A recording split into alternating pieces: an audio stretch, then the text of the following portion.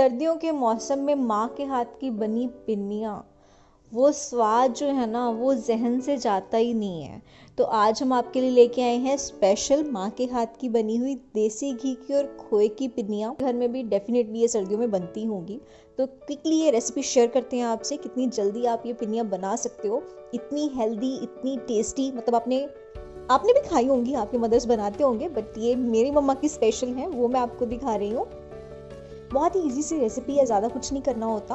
और इसमें क्या क्या ट्रिक्स एंड टिप्स हैं वो आपको बता देते हैं। सबसे पहले हम यहाँ पे घी ले रहे हैं, देसी घी लिया है मैंने, 1 किलो देसी घी लिया है यहाँ पे।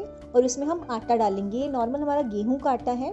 पहले हमने घी को पिघला लेना है और उसमें आटा डालते रहना है। जैसे घी पिघल जाएगा हम उसमें आटा डालेंगे और उसको चलाते रहेंगे। चलाने का क्या पर्पस है, सो दैट कि इसमें कोई भी लम्प्स ना बने और जो हमारा घी है वो भी, ये आटा है वो एकदम से जल ना जाए। क्योंकि यहाँ पे हम बड़ा गैस जिसको भट्टी बोलते हैं उस पर बना रहे हैं, क्योंकि क्वांटिटी ज़्यादा है। उस चक्कर में हमने गैस की जो फ्लेम है उसको हमने थोड़ा मीडियम कर रखा है, बहुत ज़्यादा तेज़ नहीं किया हुआ, मीडियम किया हुआ है। और मीडियम पे ही रखना है आपको भी। अगर आपको लगे कि जल रहा है तो आप उससे भी थोड़ा कम कर सकते हो, अदरवाइज क्या होगा, उसका कलर अच्छा हो जाएगा, ब्राउन हो जाएगा, बट अंदर से वो पकेगा नहीं, तो आपको जो पिन्नियों का टेस्ट है वो अच्छा नहीं आएगा। तो जब भी पिन्नियाँ बनाओ तो आपकी जो फ्लेम है वो मीडियम से भी कम होनी चाहिए। तो उस फ्लेम पे हम उसको हिलाते रहेंगे बिल्कुल अच्छे से, सो दैट कि उसमें कोई भी लम्स ना रहे। सो पिन्नियों का सारा गेम ही ये है कि उसको आपको फ्रीक्वेंटली हिलाना पड़ता है। जितना टाइम आप पिन्नी बनाओगे, जितना टाइम इसका मटेरियल तैयार करोगे, उतना टाइम उसको हिलाना पड़ेगा। चाहे वो पंजीरी बनाओ चाहे पिन्नी बनाओ, सेम चीज़ है, आपको हिलाते रहना पड़ेगा, तभी आपकी जो पिन्नियाँ हैं वो एकदम परफेक्ट क्वालिटी की बनेगी। तो ये देखो हमने इसको अच्छे से हिला लिया है। तो अभी क्या हुआ है, जो हमारा आटा और घी था वो अच्छे से एक दूसरे में मिक्स हो गया है और उसकी जो कंसिस्टेंसी है वो काफ़ी लिक्विड फॉर्म में आ गई है। और हमने इसको तब तक पकाना है जब तक इसका कलर ना चेंज हो जाए। अगर आप थोड़ा वेरिएशन देखोगे, पीछे जो था कलर वो हल्का सा वाइटिश में था क्योंकि आटा डाला था हमने, और पकने के बाद जो उसका कलर है वो हल्का सा ब्राउनिश होना शुरू हो गया है। तो हम इसको थोड़ा और पकाएंगे, तब तक पकाएंगे जब तक इसका कलर अच्छे से ब्राउन ना हो जाए, गोल्डन ब्राउन ना हो जाए और इसकी अच्छी सी खुशबू ना आने लगे। और साइड में आप देखोगे इसने घी छोड़ना स्टार्ट कर दिया है। तो जैसे ही आपको लगे कि आपका आटा पक गया है, उसका कलर भी अच्छा आ गया है, तो अभी हम इसमें मावा डालेंगे। मावा यानी कि खोआ डालेंगे हम। तो ये हमने रेडीमेड मावा यूज़ किया है, हमने मार्केट से इजीली मिल जाता है। आप घर पे भी निकाल सकते हैं दूध का, बट इसमें थोड़ा टाइम ज़्यादा जाता है, वो आपकी इच्छा है। और इसको मावा डाल के इसको हिलाना है। मावा डालते टाइम आपको ध्यान क्या रखना है कि आपकी जो फ्लेम है वो एकदम लो होनी चाहिए, जितना लो आप कर सको उतना लो होना चाहिए, अदरवाइज एकदम से जो है ये हीट पकड़ लेता है और बिल्कुल जलना शुरू हो जाता है, नहीं तो फिर आपका ये जो मटेरियल है आटे का। और फिर आपको उसको अच्छे से हिलाते रहना है।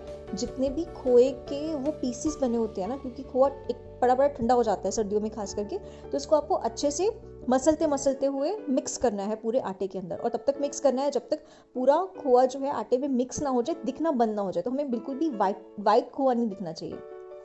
तो यहाँ पे मैंने ऑलमंड्स डाले हैं, कुछ जो बादाम है वो हमने डाले हैं। बहुत ज़्यादा बारीक पीसेस नहीं किए हैं मैंने, क्योंकि मुझे जो बादाम के पीसेस है वो थोड़े दिखते अच्छे लगते हैं, खाने में पता लगना चाहिए कि कुछ डला है, उस क्वांटिटी में डाला है। और फिर हमने उसको मिक्स कर दिया। मैंने ½ kg आलमंड लिए थे और उनको मिक्स करने के बाद आप देखो बिल्कुल अच्छे से घी छोड़ दिया है। और उसको हमने मिक्स करने के बाद गैस बंद कर देना है। बंद करने के बाद मैंने 5 से 10 मिनट के लिए इसको ठंडा होने दिया था। अभी यहाँ पे हम इसमें चीनी डाल रहे हैं, बूरा चीनी डाल रहे हैं हम यहाँ पे। आप कभी भी दाने वाली चीनी नहीं डालो, बूरा चीनी या शक्कर भी डाल सकते हो if you want to, but चीनी वाली मुझे ज़्यादा अच्छी लगती है। और चीनी डाल के उसको हिलाना है। कभी भी आई एम रिपीटिंग, कभी भी यहाँ पे गैस नहीं चलना चाहिए, अदरवाइज आपकी चीनी बिल्कुल जल जाएगी। उसको थोड़ा जब ठंडा हो जाए तब हम चीनी डालेंगे और हाथ से एक बार मिक्स कर लेंगे। अब इसकी हमने पिन्नियाँ बना ली हैं। दोनों हाथों में आपको थोड़ा थोड़ा पोर्शन लेना है। तो जैसे हम रोटी के लिए लोई बनाते हैं वैसे इसको गोल गोल नहीं करना, बट वैसे ही आपको पिन्नियाँ तैयार कर लेनी है। और ऊपर से इसको डेकोरेशन के लिए मैंने एक आलमंड लगा दिया है। पूरा सेट हो जाता है ठंडा होने के बाद। आप देखो कितनी अच्छी, कितनी आपको घी दिख रहा है ना पिन्नियों के ऊपर, कितनी अच्छी, कितनी डिलीशियस। मेरे तो अभी से इनको खाने का मन कर रहा है। आप भी ये रेसिपी बनाइए, पिन्नियाँ बनाइए, इतनी हेल्दी है। देसी घी खाने से ना कभी किसी का फैट नहीं बढ़ता है, तो वो आप भूल जाओगे, इससे आप मोटे हो जाओगे।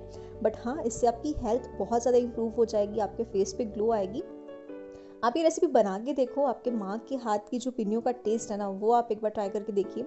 आपको रेसिपी अच्छी लगी हो तो कमेंट सेक्शन में हमें बताइए।